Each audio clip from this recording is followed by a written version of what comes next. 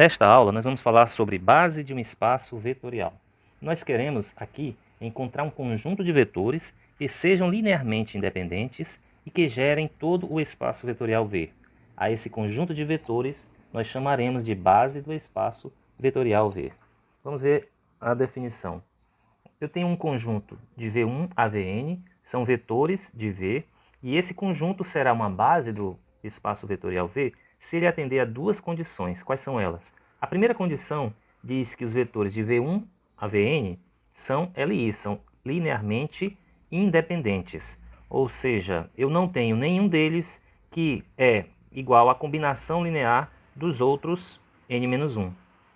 E o segundo item, lembra desse símbolozinho de colchete? É que o espaço gerado pelos vetores V1 a Vn é o espaço vetorial V. Vamos ver alguns exemplos? Eu tenho aqui então, no primeiro exemplo, para o R2, quaisquer dois vetores que não estejam na mesma reta suporte formam uma base do R2. Por exemplo, a base 1001, ela é conhecida como a base canônica do R2, já até falamos isso em aulas anteriores. Assim como os vetores 100, 010, 001 é a base canônica do R3. Segundo exemplo, o espaço V formado pelas matrizes 2 por 2. Nós temos 4 matrizes quadradas, 2 por 2, na qual em cada um deles nós temos um elemento número 1 e 3 elementos zeros. Esse conjunto de vetores eu chamo de base do espaço vetorial de matrizes 2 por 2, porque eles podem formar qualquer matriz do tipo 2 por 2. Vamos ver um exemplo aqui, ó. Seja essa matriz com os elementos 2, menos 1, 6 e 8. Então veja que eu posso escrever ela como uma combinação linear desses 4 vetores da base. Note que se eu multiplicar esse primeiro vetor aqui, essa primeira matriz por 2, que é o elemento A11, eu vou ter que 2 vezes esse número 1, no elemento A1, fica igual a 2. Menos 1 vezes essa segunda matriz, cujo elemento A12 seja igual a 1, menos 1 vezes 1 vai dar o menos 1, que está nessa localização, mais 6 vezes 1, que está no A21, vai estar o 6 no A21. E o 8 multiplicado por 1, que está na posição A22, ele vai lá para a posição A22 e forma, então, essa matriz 2 por 2. E assim, qualquer matriz do tipo 2 por 2, basta que eu faça a combinação adequada com seus coeficientes, e aí eu vou ter uma combinação linear desses vetores que formam a base da matriz 2 por 2. Certo? Muito bem. Agora, nós vamos ver algumas propriedades, vamos ver dois teoremas que mostram algumas propriedades da base de um espaço vetorial. Então, o teorema 1 é o seguinte. Eu tenho vetores de V1 a Vn, são não nulos, que vão gerar todo o espaço vetorial V. Notem que eu não disse que esse espaço, certo, tem exatamente n vetores. Para gerar, eu posso ter uma quantidade menor. Pode ser só um vetor, podem ser dois, pode ser uma quantidade que seja menor. Por exemplo, no R2, se eu tiver 5 vetores linearmente independentes, aliás, 5 vetores desculpem, não dá para formar 5 vetores no R2 linearmente independentes, mas se eu tiver 5 vetores, eu posso tirar 2 deles que sejam linearmente independentes e eu gero assim todo o R2. E aí os outros 3 serão vetores LD, linearmente dependentes, e podem ser descartados no fato de gerar o espaço. Aqui eu tenho Vn, eles geram o espaço vetorial V, mas não é necessário, aqui não está dizendo que são necessários exatamente os n vetores para gerar todo V. O que ele quer dizer nesse teorema é que dentre estes vetores pode ser extraída uma base para esse espaço vetorial V, e é isso que nós vamos provar agora. Vamos lá então à prova. Veja que se eu tenho que V1 a Vn são vetores não nulos e que são Li, se esses vetores são linearmente independentes, eles cumprem a função de base desse espaço vetorial e não há nada a fazer, né? Nós vamos ter aqui que eles vão gerar todo o espaço vetorial V. Muito bem. Mas caso eles sejam LD, vou botar aqui uma segunda situação. Se V1 até Vn esse daqui eles são LD, ou seja, tem algum ou alguns deles que sejam combinação linear dos outros. O que acontece? Vai existir uma combinação linear, certo? E nesse caso, vamos fazer o seguinte, ó, você vai ter aqui x1 v1 mais x2 v2 mais xn vn. Se isso aqui for zero, nós igualarmos isso aqui a zero, e eles são LD, vai ter algum x aqui que vai ser diferente de zero, né? Vamos supor então que esse cara aqui seja diferente de zero, seja então, suponha, se existe um, eu posso supor que seja o xn, né? Basta, se não for o último, eu reorganizo para que ele fique no final. Então, suponha que se xn seja diferente de zero. Então, a gente vai poder escrever o seguinte, ó. Vamos isolar o Vn, tá certo? Ele vai ficar sozinho aqui do lado esquerdo. Então, todos esses outros termos vão para o outro lado negativo. E depois todos os termos vão dividir xn. Logo, teremos aqui, ó. Teremos Vn. Vamos escrever da seguinte forma. Aqui eu vou ter menos x1 dividido por xn, V1. Menos x2 dividido por xn, V2. Mais, aí lá no final eu vou ter, na verdade aqui poderia ser menos, né? Menos xn menos 1, que é o termo anterior a esse, dividido por xn, e Vn menos 1. Certo? Ou seja, Vn é uma combinação linear de V1 até Vn. E, portanto, V1 até Vn, ele vai gerar o espaço vetorial V. Certo? Agora, caso eu tenha que de V1 até Vn menos 1 seja LD, isso aqui ainda continua sendo linearmente dependente, vai existir uma combinação linear deles, dando o vetor nulo e com algum coeficiente deles diferente de zero. Você concorda? Eu vou repetir então aqui, ó. Eu tenho um V1 a Vn, que são Li, então isso ok, tá certo? Eles são Lis, eles geram o espaço vetorial pela definição que nós demos. Mas caso eles sejam LD, nós vamos poder escrever como uma combinação linear igual a zero. Eu vou ter que todos os xis serão iguais a zero. Mas como eles são LD, eu vou ter um deles que não é igual a zero. Eu estou supondo que seja o xn.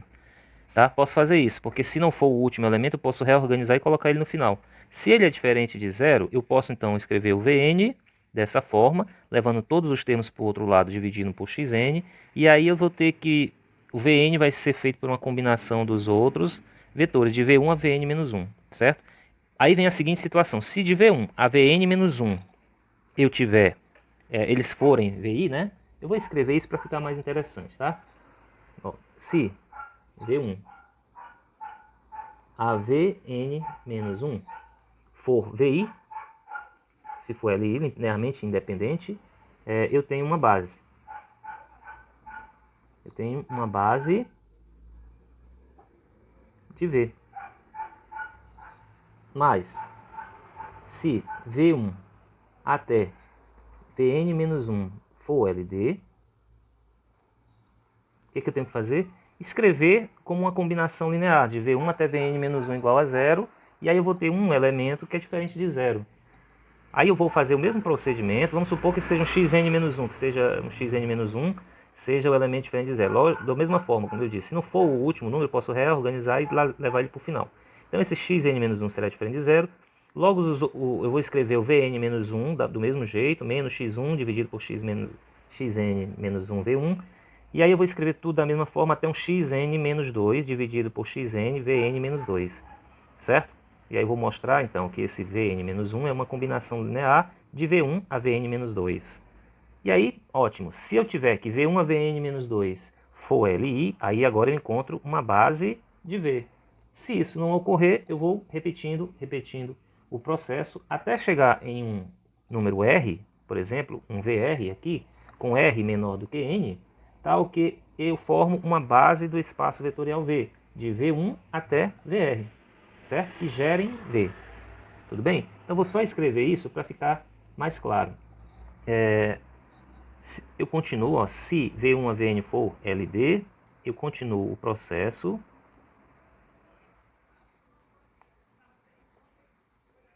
e vejo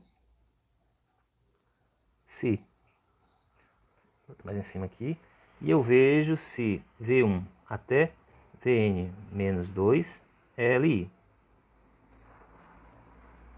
Se não, o processo continua.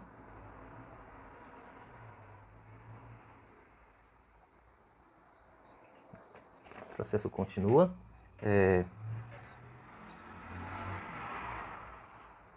Quantas vezes forem necessárias, né? Quantas vezes forem necessárias até que se encontre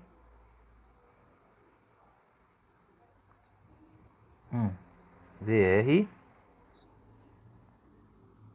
tal que, aí vou botar aqui que R é menor ou igual a N, né? Não sei quantas vezes esse processo vai acontecer. Tal que V1 até VR forma uma base do espaço vetorial V. Forma uma base do espaço vetorial V, sendo V1, VR, vetores LI. Tá? Então você vai fazendo esse processo 1, 2, 3 vezes, quantas vezes for suficiente, até que eu encontre uma quantidade de vetores LI, e aí sim eu vou ter uma base para o meu espaço vetorial V. Tudo bem? Agora sim, nós vamos ver o segundo teorema. Nós vamos ver então agora um segundo teorema, que diz o seguinte, ó. Seja um espaço vetorial V gerado por um conjunto finito de vetores V1 a Vn. Então, qualquer conjunto com mais de n vetores é necessariamente LD. E daí, qualquer conjunto LI tem no máximo n vetores. O que ele quer dizer com isso? Por exemplo, se eu tenho um espaço vetorial gerado por n vetores, se eu tiver mais do que n, eu vou ter um LD. Veja o seguinte, como a gente tinha falado, o R2, se eu tiver dois vetores que geram R2, ou seja, um não é múltiplo do outro, qualquer conjunto com mais de dois vetores, ele vai ser LD, certo? Do mesmo jeito o R3, se eu tiver mais do que três vetores, eles serão LD. Um deles, quando eu igualar aquela combinação a zero, um deles obrigatoriamente é diferente de zero. Então, eu tenho que ele tem no máximo n vetores. Se o vetor de V1 a Vn gera, ele vai ter no máximo, qualquer conjunto ali vai ter no máximo n vetores. Vamos provar isso daí? Vou colocar aqui embaixo para ficar vendo. Tá. Vou fazer o seguinte, ó. Como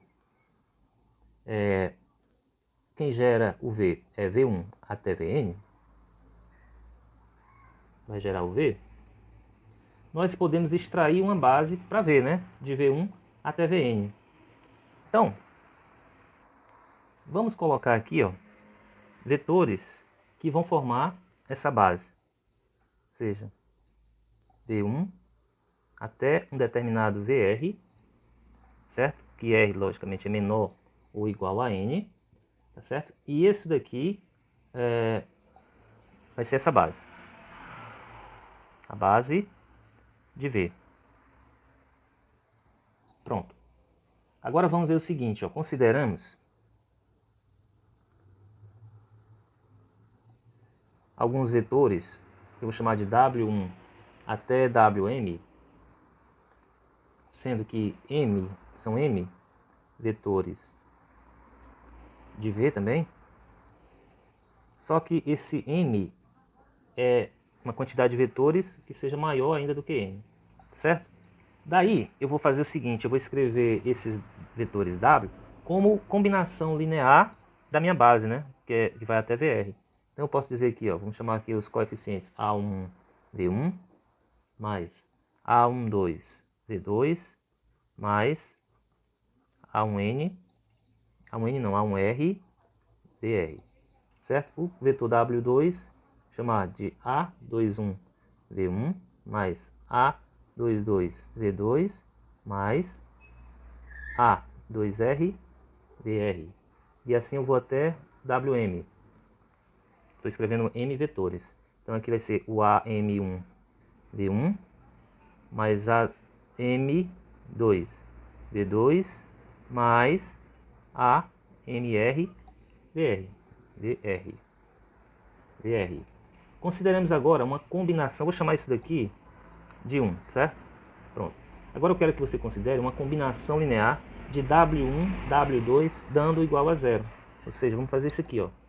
0 vai ser um determinado x1, W1, mais um x2, W2, mais um xm, Wm.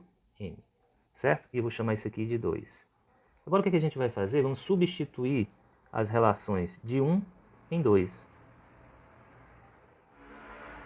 Pronto, então vamos substituir o 1 em 2. Então seria assim, ó. Como é que seria? Nós vamos escrever, prestem bem atenção aqui, ó.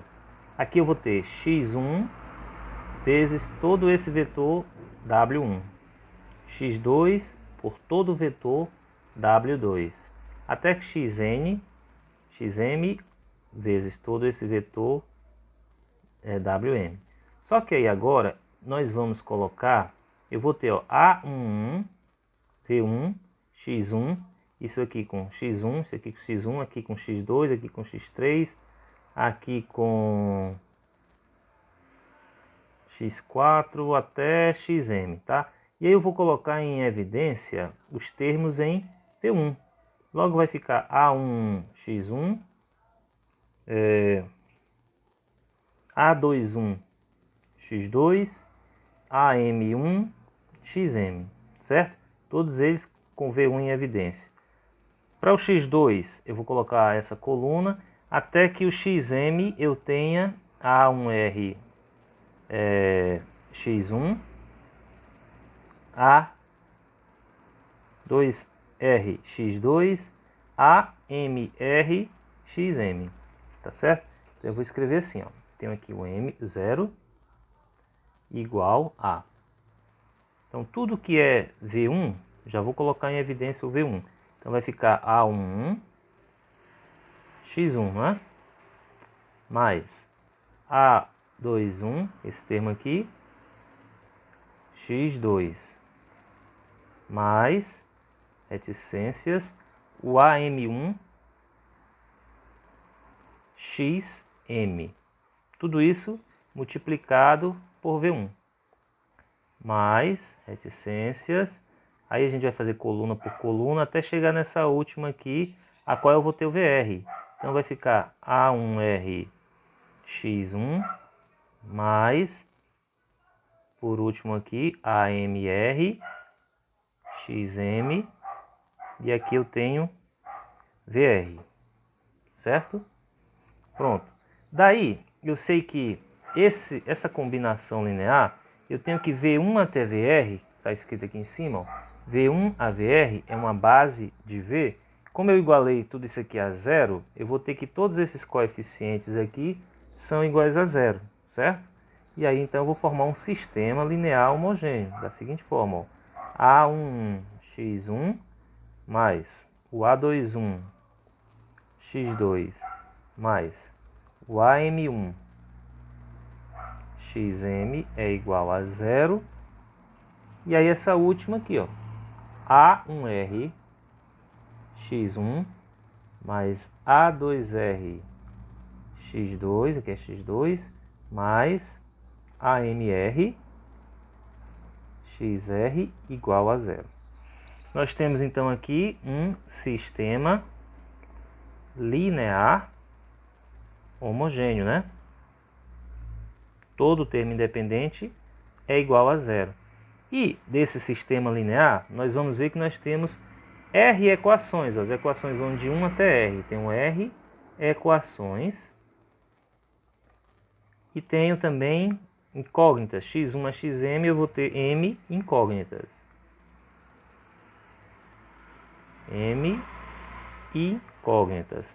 Lá do começo, nós já vimos que R era menor ou igual a N e que N é menor ou igual a M. Então, vamos escrever assim, ó. Aqui eu tenho que R é menor ou igual a N e que N é menor do que R. Ora, mas se eu tenho então uma quantidade de equação menor do que uma quantidade de incógnitas, isso me diz que o sistema admite uma solução. Eu vou ter variáveis livres, né? O sistema admite uma solução que é diferente da trivial. Qual é a solução trivial? É ser x1, x2, tudo igual a zero, que aí realmente daria zero, facilmente. Mas se eu tenho essa condição de o número de equações for ser menor do que o número de incógnitas, eu posso ainda encontrar uma solução diferente da trivial, certo? Dessa solução trivial. Isto é, existe uma solução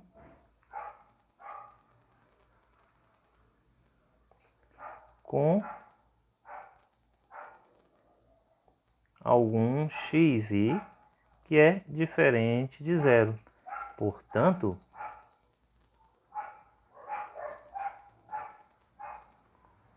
eu tenho que W1 até Wm são vetores linearmente dependentes, certo? Pronto. Uma observação que eu quero colocar aqui é a seguinte, ó. A seguinte observação, eu quero colocar aqui.